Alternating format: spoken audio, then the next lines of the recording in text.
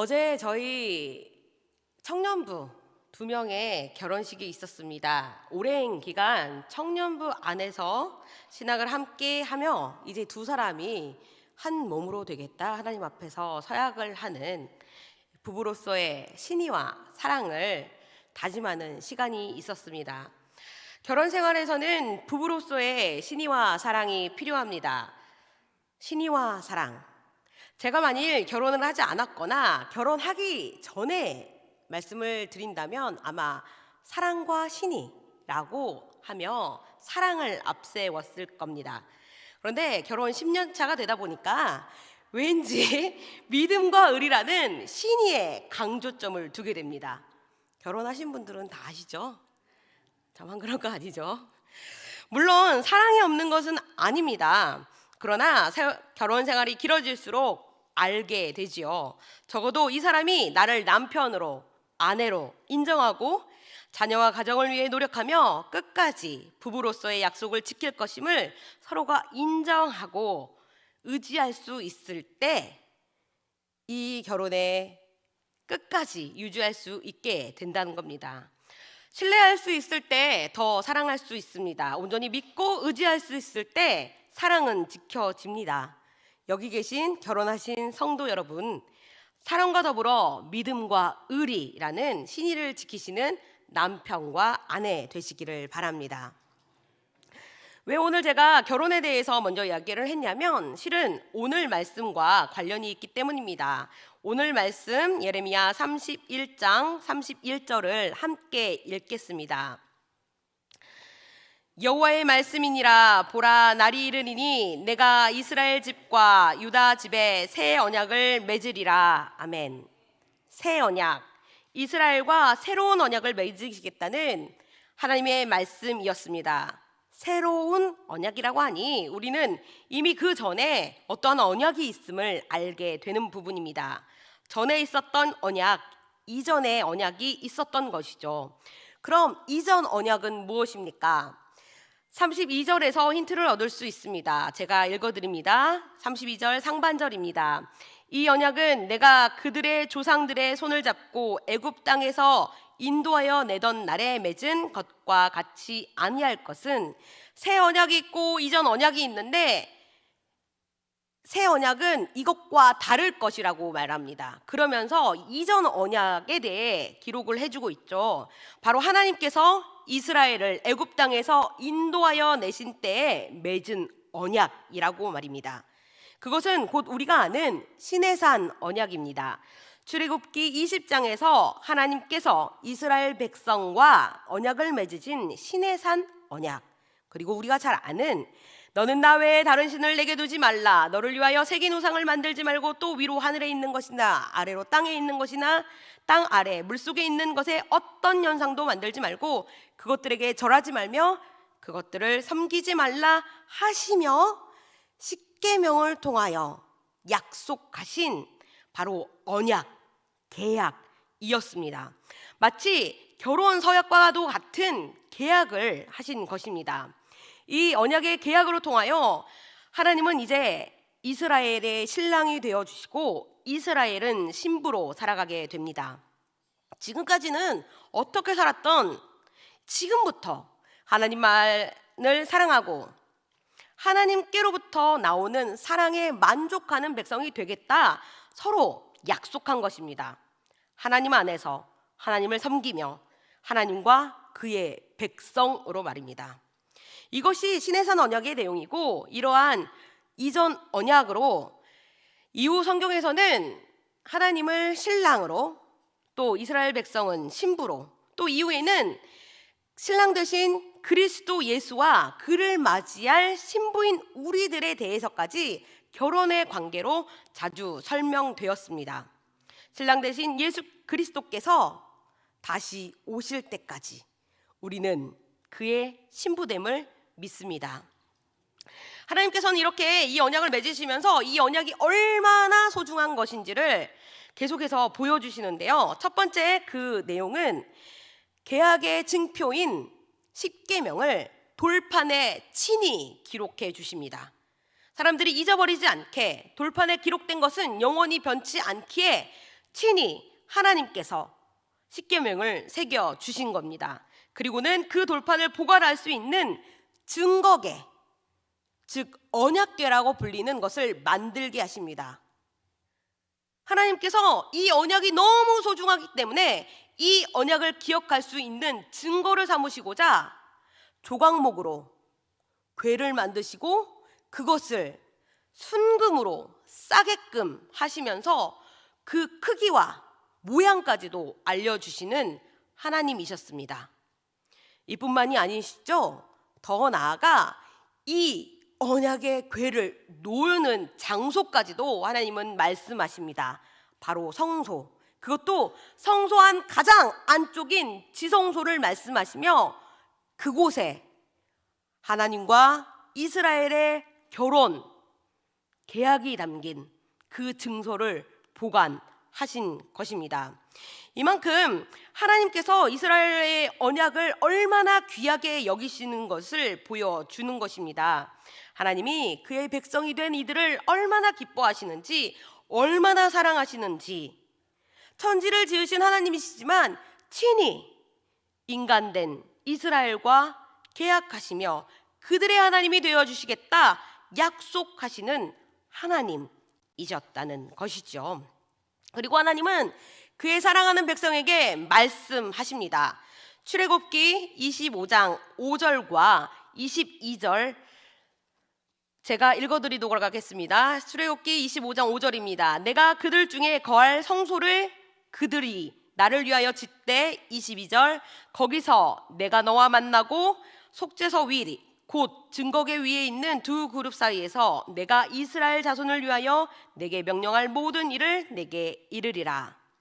하나님께서는 자신의 백성들에게 증거궤 위 언약궤가 있는 지성소에게 서에서 그들에게 말씀하시며 그들을 만나 주시겠다 약속하셨습니다. 하나님과의 계약이 되는 그 증거궤가 되는 언약궤, 그 곳이 있는 지성소에서 그들과 함께 하시겠다 약속하셨습니다. 이 말씀을 이스라엘 사람들도 알게 되지요. 그래서 이 언약궤가 있는 곳이 지성소이고 이 곳이 바로 하나님과 함께하는 곳이기 때문에 이들은 광야의 생활을 하는 40년의 기간 동안에도 이 언약의 궤, 하나님의 언약이 담긴 이 궤가 멈추는 곳마다 또 하나님이 임재하시는 이 곳임을 알고 이것들을 섬기며 나아갔습니다. 전쟁이 일어날 때마다 이 궤를 들고 하나님이 우리와 함께 계심을 믿고 나아가 살아게 된 것입니다.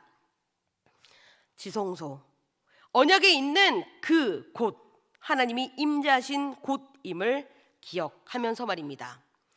끝까지 이러한 믿음으로 나아갔으면 좋으련만 그러나 이 언약은 곧 깨어지고 맙니다. 왜냐하면 32절 하반절과 같이 내가 그들의 남편이 되었어도 그들이 내 언약을 깨뜨렸기 때문입니다. 이스라엘 백성이 그들의 남편인 하나님을 잊어버리고 남편이 아닌 우상을 사랑하고 섬김으로 결혼의 관계가 깨져버렸기 때문입니다. 하나님만을 사랑하며 섬기겠다는 이 언약을 버렸기에 더 이상 남편과 아내, 신랑과 신부의 관계는 깨져버리고 이 언약의 효력 또한 사라지게 되었습니다. 하나님과의 언약을 지키며 하나님의 사랑을 누리기만 하면 되는데 다른 어떤 것이 아닌 하나님만을 섬기며 사랑하면 됐는데 이렇게 하나님을 떠남으로 하나님과의 관계가 깨어져 버린 사람들. 그러나 여러분, 하나님은 사랑이십니다. 하나님은 하나님을 배신하고 신의를 저버린 이스라엘 백성들이지만 그럼에도 여전히 그들을 사랑하셨습니다. 여전히 그들을 향한 사랑을 포기하실 수가 없으셨습니다. 그러기에 오늘 본문 말씀과 같이 새 언약을 말씀하시며 다시 한번 기회를 주시며 나와 함께하자 말씀하시며 그들을 부르셨습니다. 33절입니다. 함께 읽겠습니다. 그러나 그날 후에 내가 이스라엘 집과 맺을 언약은 이러하니 곧 내가 나의 법을 그들의 속에 두며 그들의 마음에 기록하여 나는 그들의 하나님이 되고 그들은 내 백성이 될 것이니라. 여호와의 말씀이니라. 아멘. 하나님은 말씀하셨습니다. 내가 새 언약을 맺을 것인데 그 언약은 이전 언약과 다르다. 이전 언약은 돌판에 기록돼 그 계명들을 새겼다면 새 언약은 나의 법을 그들의 속에, 그들의 마음에 기록하여 새길 것이다. 그리고 이 새 언약을 마음에 새긴 자들이 나의 백성이 될 것이고 나는 그들의 하나님이 될 것이다 말씀하십니다. 새 언약을 통해 다시 하나님의 백성이 될 길을 열어주신 것입니다. 바로 예수 그리스도를 통한 길입니다. 이는 오늘 말씀을 그대로 인용해주고 있는 히브리서 8장과 9절을 통해 자세히 드러납니다. 먼저 8장 6절과 7절입니다. 위에 보시면 나오시죠? 6절과 7절 함께 읽겠습니다. 그러나 이제 그는 더 아름다운 직분을 얻으셨으니 그는 더 좋은 약속으로 세우신 더 좋은 언약의 중보자시라. 저 첫 언약이 무음하였더라면 둘째 것을 요구할 일이 없었으려니와.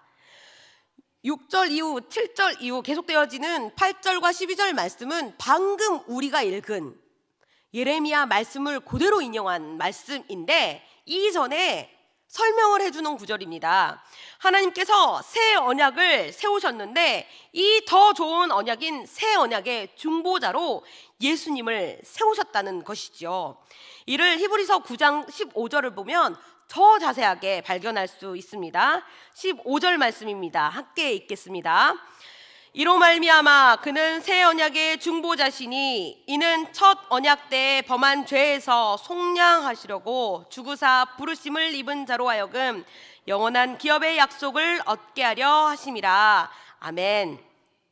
예수 그리스도께서 시내산 언약을 어기며 하나님을 떠난 백성들의 죄를 대신하여 죽으시고 부활하심으로 새 언약의 중보자가 되셨습니다.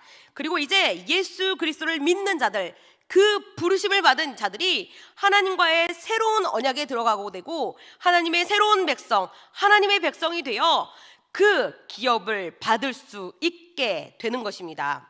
여기서 우리는 새 언약의 대상자를 찾을 수 있습니다. 그들은 누구입니까? 바로 예수 그리스도를 믿는 자들입니다. 그 부르심을 입은 자들입니다. 예수 그리스도께서 우리의 죄로 인하여 십자가 죽으시고 부활하심으로 우리를 구원하셨음을 믿는 자들입니다. 여러분, 예수님을 믿을 때 새 언약의 백성이 됩니다. 새 언약의 중보자이신 예수 그리스도를 믿을 때 하나님의 백성이 됩니다. 그렇다면 여러분들은 예수 그리스도를 믿으십니까?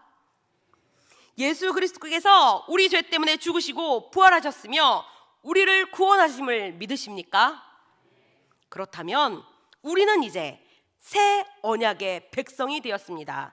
새 언약의 백성된 자들, 하나님의 백성으로 하나님의 영원한 기업을 누릴 우리들입니다.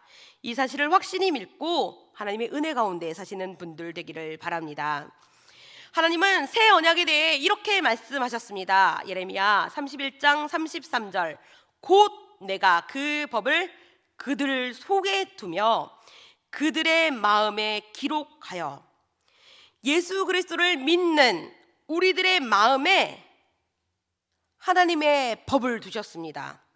예수 그리스도께 부름받은 우리들의 속에 하나님의 새 언약을 기록해 두십니다. 우리는 여기서 주목해야 합니다. 이전 언약과 새 언약의 차이를 말입니다. 이전 언약은 시내산 언약으로 하나님께서 언약을 돌판에 새기셨습니다. 그리고 돌판을 기록한 그것을 보관할 언약궤를 두시고 언약궤가 있는 곳이 하나님이 임재하시는 곳이었습니다. 그러나 새 언약에서는 하나님께서 그 언약을 우리 속에 두시고 우리 속에 두심으로 이 언약을 담고 있는 우리가 언약궤 되어 우리가 있는 곳이 지성소 하나님의 임재하신 곳으로 삼으셨습니다. 다시 한번 정리하자면 이전 언약인 시내산 언약에서는 하나님의 법이 담긴 돌판이 있는 그곳에 하나님이 계셨다면 이제는 우리 마음에 새기신 그 언약으로 인하여 우리가 밟는 곳이 거룩한 지성소가 되고, 우리가 있는 곳이 하나님이 계시는 곳, 하나님이 함께 하시는 장소, 하나님이 임재하시는 거룩한 곳이 된다라는 겁니다. 왜 이 설명을 하느냐? 그것은 우리의 삶의 장소가 바로 지성소임을 말씀드리기 위함입니다. 제가 말씀을 준비하면서 이 사실을 깨닫게 되니 참으로 힘이 되었습니다. 저는 지난주부터 교목으로 학교로 출근하게 되었습니다. 그것도 북한도 두렵게 한다는 중2들이 있는 중학교, 그것도 남자 중학교.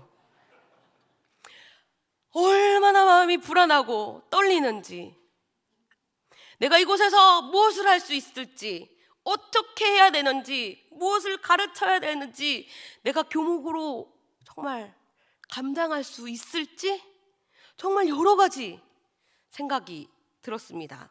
그러다 말씀을 준비하면서 예수 믿는 자들, 그들이 있는 곳이 바로 지성소이고 하나님이 함께 하시는 곳임을 깨닫게 되며, 내가 지금 있는 곳이 하나님이 계시는 곳이구나, 그것을 알게 되었습니다. 새 언약으로 하나님께서 나를 언약궤 삼으시고, 내가 어디를 가던 내가 멈춰서는 곳이 하나님이 계시는 지성소, 하나님이 임재하심을 저로 하여금 알게 하신 것입니다. 그러기에 두렵지만, 그러지만 여전히 어떻게 해야 될지 모르지만 하나님께서 나를 이곳에 두신 이유가 있으시겠구나, 나를 이곳에 두심으로 하나님께서 이곳에 임재하기를 원하시고, 나를 이곳에 두심으로 하나님께서 이곳을 변화시키기 원하시는구나 를 깨달으며 힘을 얻을 수 있었습니다. 오늘 이곳에 계신 분들도 그것을 좀 알기 원합니다. 여러분이 계시는 곳이 지성소입니다. 여러분이 계시는 곳이 바로 하나님이 계시는 곳입니다. 예수를 믿는 여러분들이 가정에 가면 그 가정이 지성소, 하나님이 계시는 곳이 됩니다. 여러분의 직장에 가면 그곳이 바로 하나님이 임재하시는 곳, 지성소가 됩니다. 여러분들이 어디에 있던 가는 곳이, 여러분이 서 있는 그 곳이 바로 하나님이 계시는 곳, 하나님께서 임재하시는 곳입니다.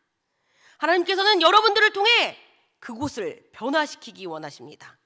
마치 어두운 방 촛불처럼 여러분들을 통해 그곳에 임재하셔서 밝히시길 원하십니다. 만일 촛불이 우리들끼리만 모여 있다면 어두운 세상은 누가 밝히겠습니까? 하나님은 우리가 그곳에 가서 우리를 통해 밝히시길 원하십니다. 우리에게 맡겨진 그 자리에 우리가 서 있으므로 그 자리가 하나님을 예배하는 자리, 하나님께 기도하는 자리, 하나님을 높여드리는 영광스러운 자리, 거룩한 땅이 되길 원하십니다. 누가 그 일을 하시겠습니까? 바라기로 오늘 헌신 예배를 드리는 남성교회 회원분들, 이 일을 가장 앞서 나가셔서 감당하시기를 바랍니다. 주님의 언약이 담긴 언약궤로 우리가 서 있는 그곳이 거룩한 하나님의 지성소가 되어 하나님이 임재하시도록, 그곳을 변화시키시도록 맡겨진 자리를 잘 감당하시는 여러분 되기를 간절히 바랍니다. 이제 말씀을 정리합니다. 우리가 예수님을 믿는다면 우리가 있는 곳이 지성소이고 우리가 있는 곳이 바로 하나님이 계시는 곳입니다. 우리가 있는 곳이 지성소이고 반드시 하나님이 함께 하시는 곳입니다. 그러니 여러분, 이 사실을 꼭 기억하시며 각자의 삶의 자리, 우리를 그곳에 두신 하나님의 계획을 아직 알지 못한다 할지라도 우리를 통해 그곳을 변화시킬 하나님을 기대하시며 살아가는 우리들 되기를 바랍니다. 우리 한 사람 한 사람이 선교사와 같은 마음으로 내가 있는 곳이 지성소이고 하나님이 계시는 곳입니다 확신하며 우리에게 맡겨진 곳들을 위해 기도하시는 저와 여러분 되기를 간절히 바랍니다. 하나님은 우리를 통해 일하십니다. 마지막으로 우리 함께 외쳐보면 좋겠습니다. 내가 있는 곳이 지성소이고 하나님이 계시는 곳입니다. 내가 있는 곳이 지성소이고 하나님이 계시는 곳입니다. 다시 한번, 내가 있는 곳이 지성소이고 하나님이 계시는 곳입니다. 아멘.